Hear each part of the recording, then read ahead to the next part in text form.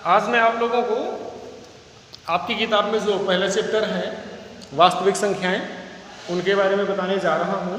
वास्तविक संख्याओं के बारे में जानेंगे। ठीक, वास्तविक संख्याओं के बारे में जानने से पहले हमें थोड़ा सा कुछ सामान्य जानकारी लेनी होगी, और वो है ये कि आप लोग प्राकृतिक संख्याएं जानते होंगे। प्राकृतिक संख्याएं, नेचुरल नंबर,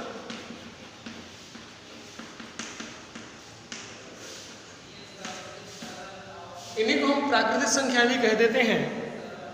तो प्राकृतिक संख्याएं वो संख्याएं होती हैं जिन्हें हम गिनतियों में प्रयोग करते हैं, जैसे 1, 2, 3, 4, 5 वगैरह। ये क्या कहलाती हैं? प्राकृतिक संख्याएं कहलाती हैं। ठीक है ना? 1, 2, 3, 4, 5 प्राकृतिक संख्याएं कहलाती हैं। प्राकृतिक संख्याओं को हम कैपिटल एन से डिनोट करते हैं। किससे डिनोट करेंगे? कैपिटल एन से डिनोट करेंगे। ठीक है। इसके बाद आता है पूर्ण संख्याएं।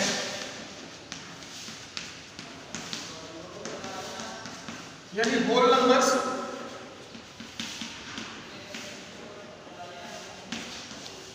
होल नंबर्स पूर्ण संख्याओं को हम कैपिटल डब्ल्यू से डिनोट करते हैं।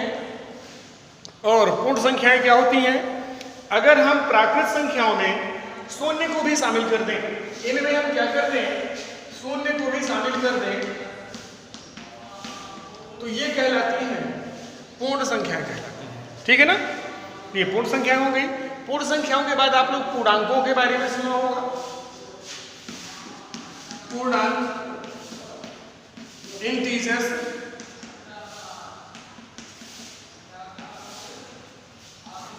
तो इंटीजर्स में, पूर्णांकों में ऋणात्मक पूर्णांक भी आ जाते हैं। ठीक है ना?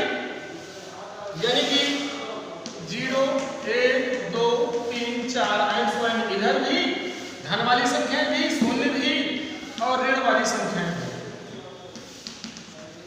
ठीक है ना? ऋण पूर्णांक, धन पूर्णांक और शून्य, ये सभी मिलकर के क्या कहलाते हैं? पूर्णांक कहलाते हैं। ठीक है ना? पूर्णांक दो टाइप के मैंने बताया, इसी में बता दिया है, आप लोगों ने ध्यान दिया हो तो। धन पूर्णांक, ऋण पूर्णांक। ठीक है ना? पूर्णांकों को हम आई से डिनोट करते हैं। सारे के सारे पूर्णांकों को आई से डिनोट करेंगे। जो धन पूर्णांक होंगे आई प्लस से, और ऋण पूर्णांक को आई माइनस से डिनोट करते हैं। आई प्लस में +1, +2, +3 एंड सो ऑन आ जाएंगे। आई माइनस यानी ऋण पूर्णांक में ऋण 1, ऋण 2, ऋण 3 एंड सो ऑन, ये सब आ जाएंगे। रही बात शून्य की, शून्य एक ऐसा पूर्णांक है जो ना तो धन पूर्णांक है और ना ही ऋण पूर्णांक है। ठीक है ना? ये आप लोगों को ध्यान देना है। ये बात हो गई पूर्णांकों की। अब इसी पूर्णांकों में ही आप लोगों ने पढ़ा होगा सम, विषम, भाज्य, अभाज्य, ऐसे आप लोगों ने पढ़ा होगा। वो सारे के सारे किस में आएंगे? पूर्णांक के अंतर्गत आ जाएंगे। ठीक है? इसके बाद अब आप लोगों को थोड़ा सा जानना है परिमेय संख्याएं।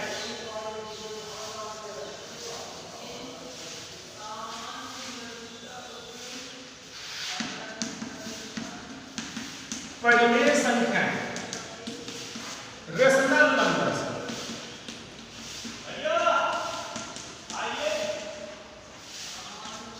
रेशनल नंबर, परिमेय संख्याएं क्या होती हैं? तो आप लोगों ने क्या पढ़ा है कि वे संख्याएं जिन्हें P/Q के रूप में लिखा जा सकता है परिमेय संख्याएं कहलाती हैं। ठीक है ना? यहां पर Q is not equal to 0। Q यानी हर शून्य नहीं होना चाहिए, तो उन्हें हम क्या कह देंगे? परिमेय संख्याएं कह देंगे। अब परिमेय संख्याओं में थोड़ा सा और ध्यान देना है। सपोज दैट कोई संख्या दशमलव के रूप में लिखी हुई है, हम उसे कैसे पहचानेंगे कि ये परिमेय संख्या है या नहीं है? तो उसके लिए भी ध्यान देना है। वे संख्याएं जिनका दशमलव निरूपण शांत दशमलव हो, क्या हो? शांत दशमलव, तो उन्हें भी हम क्या कहेंगे? परिमेय संख्याएं। अगर कोई संख्या शांत दशमलव के रूप में है तो परिमेय संख्या कहलाएगी। शांत दशमलव का मतलब क्या होता है? कि भाग देने पर पूरा पूरा विभाजित हो गया हो। ठीक है ना? पूरा पूरा विभाजित हो गया हो, दशमलव के बाद ही विभाजित हुआ हो, लेकिन पूरा पूरा विभाजित हो गया हो, वो क्या होगा? शांत दशमलव हो जाएगा। शांत दशमलव परिमेय संख्या है। इसके बाद अशांत दशमलव, ठीक, अशांत का मतलब भाग देने पर पूरा पूरा कभी भी विभाजित ना हो, लेकिन अशांत के साथ साथ और क्या होना चाहिए, आवर्ती। अशांत के साथ साथ आवर्ती अगर है तो वो भी क्या है, परिमेय संख्या है। आवर्ती का मतलब क्या है, कोई एक अंक बार बार आए या कोई दो अंक क्रम से बार बार आए या कोई तीन अंक क्रम से बार बार आए या तीन से अधिक अंक क्रम से बार बार आए, क्रम से आना चाहिए, तो वो भी क्या होगा, परिमेय संख्या होगा। ठीक है, और इनको हम P बटे Q के रूप में लिख सकते हैं। सपोज दैट जैसे मैंने यहाँ पर लिख दिया 1.5, 1.25, 3.2135, ये क्या है, शांत दशमलव है। ठीक, इन सभी को हम P बटे Q के रूप में लिख सकते हैं। अशांत दशमलव में जैसे लिख दिया 1.333333 एंड सो ऑन, इसी को साइड में क्या लिखेंगे, 1.3 के ऊपर बिंदी लगा देंगे। ठीक है ना, ऐसे ही हमने लिख दिया 2.34343434 एंड सो ऑन लिखते चले जा रहे हैं। इसी को साइड में क्या लिख देंगे, 2.34 और दोनों के ऊपर बिंदी लगा सकते हैं या ऐसे लिख देंगे। ठीक है ना, ये भी क्या है, अशांत आवर्ती, एक अंक बार बार आ रहा है, दो अंक क्रम से बार बार आ रहे हैं, है ना, तो ये क्या है, अशांत के साथ साथ आवर्ती है और इन्हें हम P बटे Q के रूप में लिख सकते हैं, यानी ये क्या है, परिमेय संख्याएं हैं। कैसे लिखना है ये तो आप लोगों को आता है, इसको सॉल्व करना, मैं इनको बता देता हूं कैसे P बटे Q के रूप में लिखेंगे। ठीक है, एक बता दे रहा हूं, चलिए दो अंकों वाला बता दे रहा हूं मैं। ठीक है, समझ लीजिए आप लोग।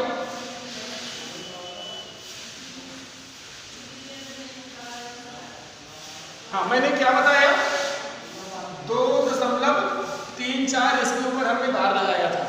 हम इसको हल करने के लिए करेंगे क्या, ध्यान देंगे, हम मान लेंगे, माना x बराबर 2.343434 एंड सो ऑन। ठीक है ना, यहाँ पर ध्यान देना, दशमलव के बाद कितने अंकों की क्रम से पुनरावृत्ति हो रही है, तो पता चला 2 अंकों की क्रम से पुनरावृत्ति हो रही है ना। तो हम करेंगे क्या, 100 का गुणा कर देंगे दोनों पक्षों में। ये हमारा एक समीकरण है, दोनों पक्षों में 100 का गुणा करेंगे तो 100x बराबर क्या मिल जाएगा, दशमलव 2 अंक आगे चला जाएगा, यानी 234.3434 एंड सो ऑन मिलता चला जाएगा। ये हमारा दूसरा समीकरण। P बटे Q के रूप में लिखने के लिए करेंगे क्या, इसमें से इसको घटा देंगे, 2 में से 1 को घटा देंगे, यानी क्या लिखेंगे, 100x माइनस x बराबर, हम देखेंगे दशमलव के बाद वाले सारे के सारे अंक कैंसिल हो जाएंगे, बचेगा क्या, 234 माइनस यहाँ बचेगा 2, घटा देते हैं, कितना बचा, 99x बराबर घटा दो, कितना बचेगा, 232, यानी x बराबर कितना आ जाएगा, 232 बटे 99, ये आ गया। अब आप लोग 232 में 99 का भाग देके देख लीजिए, आपको क्रम से ऐसे मिलता चला जाएगा। ठीक है ना, भाग दे करके देख सकते हैं, क्रम से आपको यही मिलता चला जाएगा बार बार। ठीक है, तो ये हो गया दशमलव संख्या को P बटे Q के रूप में लिखना। कैसी दशमलव संख्या, अशांत आवर्ती दशमलव, तो ये भी क्या हो गया, परिमेय संख्या हो गया। इसके बाद आता है अपरिमेय संख्या, इर्रेशनल नंबर। ठीक, तो अपरिमेय संख्या क्या होती है, आप लोगों ने सीधा सा पढ़ा कि अपरिमेय संख्या वे संख्याएं होती हैं जिन्हें हम P बटे Q के रूप में नहीं लिख सकते हैं, उन्हें क्या कहेंगे, अपरिमेय संख्याएं कह देंगे, है ना। यहां पर थोड़ा सा ध्यान देना है, हम किन संख्याओं को P बटे Q के रूप में नहीं लिख पाएंगे, जैसे हमारे पास है अंडर रूट 2 को आप क्या लिख सकते हैं, P बटे Q के रूप में लिखना है। अंडर रूट 2 का मान क्या होता है, आपको भाग्य से वर्गमूल निकालना पड़ेगा, भाग्य से वर्गमूल निकालेंगे क्या मिलेगा, 1.4142, ये जो आएगा ये क्या आएगा, अशांत दशमलव तो आएगा, क्या रहेगा, अशांत दशमलव, मतलब पूरा पूरा कभी भी विभाजित नहीं होगा। ठीक है ना, इसके साथ ही क्या मिलेगा? अनावर्ती, ठीक, नॉन रिपीटिंग अनावर्ती मिलेगा। मतलब क्या हुआ? क्रम से किसी भी अंक की पुनरावृत्ति नहीं होगी। क्रम से किसी भी एक अंक की या एक से अधिक अंकों की क्रम से बार बार पुनरावृत्ति नहीं होगी। यानी ये क्या होगा? अशांत के साथ साथ अनावर्ती होगा। यानी ये क्या है? अपरिमेय संख्या, और आप इसको p/q के रूप में कभी भी नहीं लिख पाओगे। आप इसको लिखने की कोशिश करो p/q के रूप में, आप लोग नहीं लिख पाओगे। तो ये हो गया अपरिमेय संख्याएं, ठीक है ना। अब इसके बाद आता है वास्तविक संख्याएं, जो कि आपके चैप्टर का नाम है रियल नंबर्स। तो वास्तविक संख्याएं, अभी तक जितने टाइप की मैंने संख्याएं आप लोगों को बताया, प्राकृत संख्याएं, पूर्ण संख्याएं, पूर्णांक, परिमेय, अपरिमेय, ये सारी की सारी संख्याएं आप लोगों ने पढ़ी। ये सभी की सभी क्या कहलाती हैं? वास्तविक संख्याएं कहलाती हैं, ठीक है। ये सभी की सभी वास्तविक संख्याओं के अंतर्गत आएंगी, ठीक है। तो इस तरह से आप लोगों ने वास्तविक संख्याएं भी जान लिया।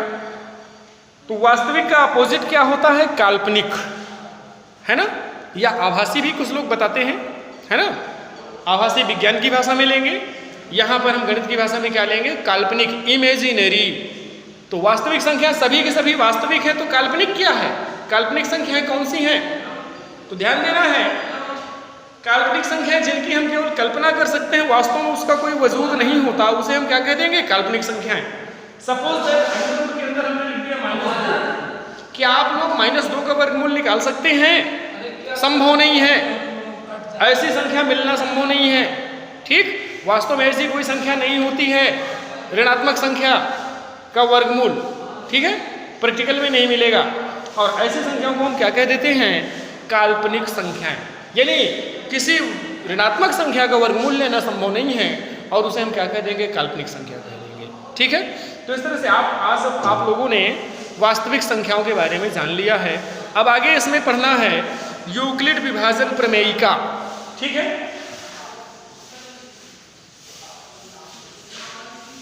यूक्लिड डिवीजन एल्गोरिथम पढ़ना है। और यूक्लिड डिवीजन एल्गोरिथम क्या है? ध्यान देना है, सीधा सा बात आप लोगों ने पढ़ा होगा छोटी क्लासों में, भाज्य बराबर भाजक हुए भागफल धन शेष, यही पढ़ा है ना। और यही विभाजन प्रमेयिका है यूक्लिड की, a = bq + r, जहां a क्या है? भाज्य है, b भाजक है, q भागफल है, और r क्या है? रिमाइंडर यानी शेषफल है। ये यूक्लिड की विभाजन प्रमेयिका है। अब अगले वीडियो में आप लोग इस प्रमेयिका का प्रयोग करके मासा वगैरह ज्ञात करना सीखेंगे, जो मैं अगले वीडियो में आप लोगों को बताऊंगा, ठीक। आज ये आप लोग आराम से सीख लीजिए। दशमलव संख्या को p/q के रूप में असर लिखना, p/q के रूप में, यानी कि शांत दशमलव, अशांत दशमलव, इनको आप लोग सीखेंगे, अपने से अभ्यास करेंगे। अगले वीडियो में देखते हैं।